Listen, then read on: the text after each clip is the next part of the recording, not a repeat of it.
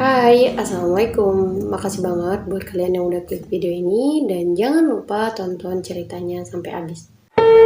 Hai, aku Melati Harap ngucapin terima kasih buat kalian yang udah klik video ini.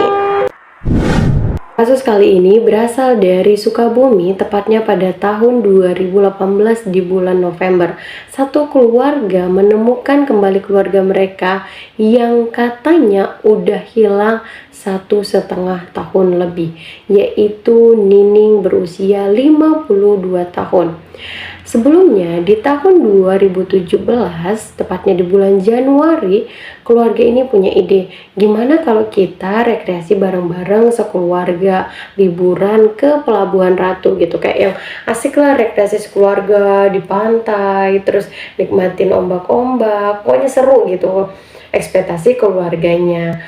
Terus mereka ya udah kumpul-kumpul nih bareng-bareng sama-sama. Nining waktu itu, jadi mereka itu rekreasinya malam-malam ya. Kira-kira jam 12 malam, suasananya itu masih rame, bukan jam 12 malam yang sepi, yang horor, enggak, masih rame, orang-orang juga masih banyak. Terus, Nining ini menurut keluarga kayak pergi ke tempat yang rada-rada berombak gitu kan. Terus kata keluarga, Nining sini gitu, kayak yang udah jangan ke situ, takutnya bahaya. Tiba-tiba bener aja ada ombak datang. Setelah ombak itu datang, kan langsung surut lagi. Nining juga ikut hilang keseret ombak. Akhirnya keluarganya panik kayak aduh Nining mana dan melaporkan itu ke polisi. Udah dilaporkan ke polisi, dilakukanlah pencarian sehari nggak ketemu, 2 hari nggak ketemu, 3, 4, 5, sampai akhirnya di hari ke-6 polisi menemukan tubuh, tapi udah nggak di tempat yang sama ya, kayak di daerah yang lumayan jauh tapi nggak jauh banget gitu. Dilakukan pemeriksaan karena tubuh yang ditemukan itu udah nggak bisa dikenalin lagi. Setelah itu polisi manggil keluarganya Nining, ini Nining nggak gitu. Kata keluarganya kayaknya dari tingginya, dari postur tubuhnya ini tuh bukan Nining.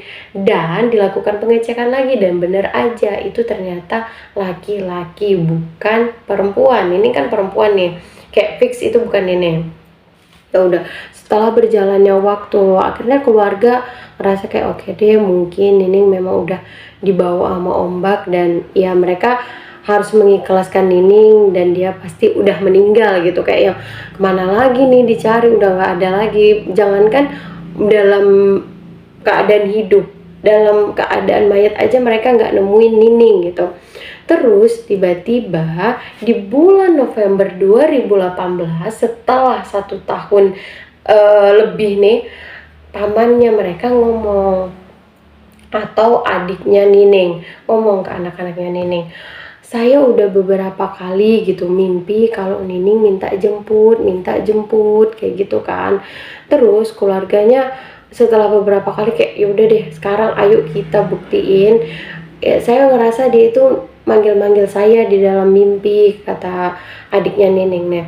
Terus keluarganya berangkat dari jam 9 malam tuh. Mereka sekeluarga naik angkot pergi ke Pelabuhan Ratu dan kira-kira di sana mereka tuh nyampe jam 11-an lebih.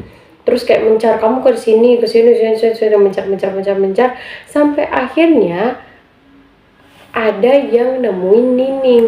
Tapi pertama dia tuh kayak yang itu orang gitu kan. Jadi dia ngeliat itu Nining itu lagi terlentang tidur gitu, kayak yang dia nggak yakin juga itu beneran Nining atau enggak. Dia langsung balik lagi manggil saudaranya yang lain kayak aku nemuin orang, ayo kita lihat.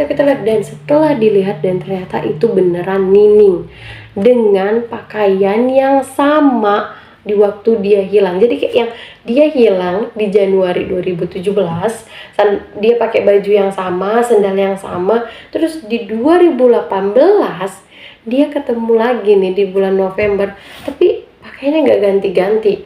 Otomatis viral dong, kayak yang wah selama ini 1,5 tahun dia di mana. Orang-orang udah mikir mistis aja kan, kayak yang kemana lagi gitu loh orang hilang selama itu terus balik-balik pakai baju yang sama, kayak yang pasti kayak kita juga dengarnya itu tuh pasti hal mistis gitu. Terus si Nining ini pas ditanya nggak bisa jawab gitu loh, bukan nggak bisa jawab kayak nggak gitu, tapi lebih ke orang stres, yang bingung, yang linglung, kayak cuma tiduran doang. Ditanya juga sama dokter-dokter, dia nggak mau jawab. Tapi setelah dilakukan pemeriksaan ke rumah sakit, di situ rumah sakit juga nggak menemukan tanda-tanda orang tenggelam, kayak di paru-parunya ada air atau apa gitu. Udah dilakukan pemeriksaan secara mendalam, tetap nggak ada tanda-tanda dia tenggelam. Kayak yaudah deh, ini kita oper aja ke kejiwaan, karena mungkin setelah kejiwaan kan lebih mengerti gitu nanti kalau ditanyanya gimana, apanya gimana. Setelah di oper ke dokter kejiwaan, dokter itu bilang kayak, wah ini si Nining mengalami depresi berat. Udah orang viral, banyak yang menerka-nerka mistis. Akhirnya ada salah satu yayasan yang biasanya itu bakal ngerawat orang-orang dengan gangguan jiwa atau ODGJ.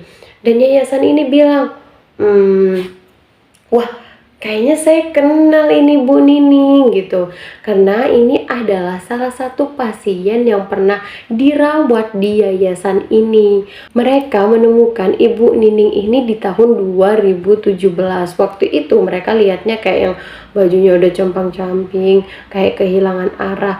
Makanya yayasan itu membawa Ibu Nining, tapi karena nggak ada identitas sama sekali, kayak yang ini namanya siapa, ini orang mana, gimana ya. Akhirnya yayasan itu ngebuat nama Ibu Nining dengan Mrs. atau Mrs. 12 gitu, X12. Terus habis itu setelah beberapa lama tinggal di yayasan ini kayak kurang dana, pokoknya pembiayaannya itu kurang baik, nggak beroperasi dengan baik. Jadi banyak beberapa ODGJ yang kabur, salah satunya itu Ibu Nining. Setelah Ibu Nining kabur ya yayasan juga udah nggak tahu apa-apa ya. Mereka juga baru tahu kalau ternyata Mrs. X12 itu ternyata Ibu Nining setelah polisi datang. Polisi bilang, ibu kenal nggak? Maksudnya ibu, apakah ibu pernah melihat orang seperti ini gitu, kayak yang di fotonya.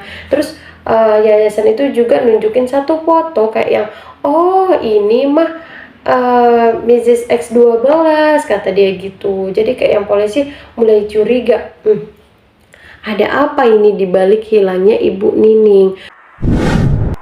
Di setiap pantai itu kan nanti pasti ada pengawasnya yang ngeliat kayak apakah ada orang yang terseret ombak, apakah ada yang tenggelam. Terus setelah ditanyakan orang yang bekerja, tepatnya di hari hilangnya Ibu Nining itu, dia bilang nggak ngeliat sama sekali dan dia nggak tahu sama sekali ada yang tenggelam atau enggak. Dia juga waktu itu bingung kayak yang, kok ada pemberitahuannya di tahun 2017 itu, soalnya viral juga ya tentang hilangnya Bu Nining.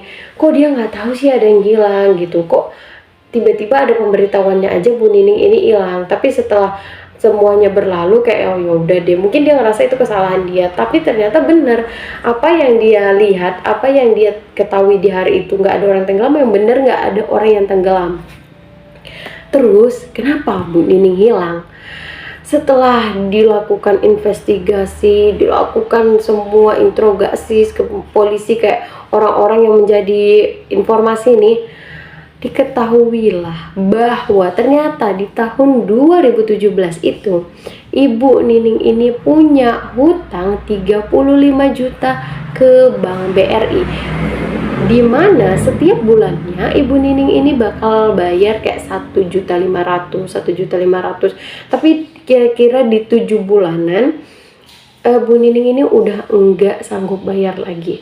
Dia udah pusing, dia udah stres, gimana cara bayar ini hutang gitu, kayak yang aku udah gak bisa bayar lagi.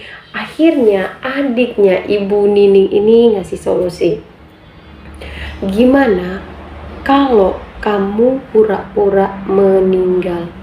Dan ternyata ini tuh semua udah direncanain gitu, kayak yang atas Ibu Nining terseret, tenggelam, itu semuanya udah direncanain. Setelah Ibu Nining cerita itu, akhirnya dieksekusilah rencananya. Yang tahu itu cuma Bu Nining sama adiknya. Kalau keluarga yang lain nggak tahu. keluarganya itu cuma tahu kalau ini tuh rekreasi, mereka nggak tahu kalau ada rencana di balik ini semua, kayak mau bikin Bu Nining seakan-akan meninggal. Keluarga itu sama sekali nggak tahu. Jadi mereka juga ngerasa kalau setelah 1 tahun 5 bulan ini Ibu Nining ketemu itu kayak sebuah keajaiban yang sangat-sangat ajaib, dan ternyata itu cuma rekayasa biar hutangnya lunas. Karena setelah itu keluarga yang udah bilang kalau Bu Nining ini meninggal mengajukan ke Bank BRI untuk sertifikat rumah yang diajukan oleh Bu Nining untuk dikembalikan keluarga, dan sertifikat itu kembali ke keluarga. Makanya setelah ketahuan kalau ini bohong, akhirnya pihak bank juga kayak mau menuntut Bu Nining lagi atas kasus penipuan. Tapi karena Bu Nining ini punya penyakit mental yang benar-benar udah down banget, mungkin karena selama ini dia juga hidup sendiri, benar-benar terlantar, jadi dia nggak bisa kayak kita untuk mengajukan hukum ke dia, itu belum bisa karena pengaruh mentalnya. Oh my god, thank you buat kalian yang udah dengerin cerita ini. Cerita yang benar-benar yang aku awalnya kayak wow, mistis banget gitu loh. Kayak setelah hilang 1 tahun setengah, tiba-tiba balik lagi dengan baju yang sama, kayak yang mistis banget ini. Tahu-taunya cuma rekayasa biar bisa ngelunasin utang. And jangan lupa nonton cerita yang lainnya. See you di cerita selanjutnya. Bye-bye. Bisa kali subscribe. Iya dong, mau dong. Iya ya, oke. Thank you, makasih. Subscribe loh, bener ini.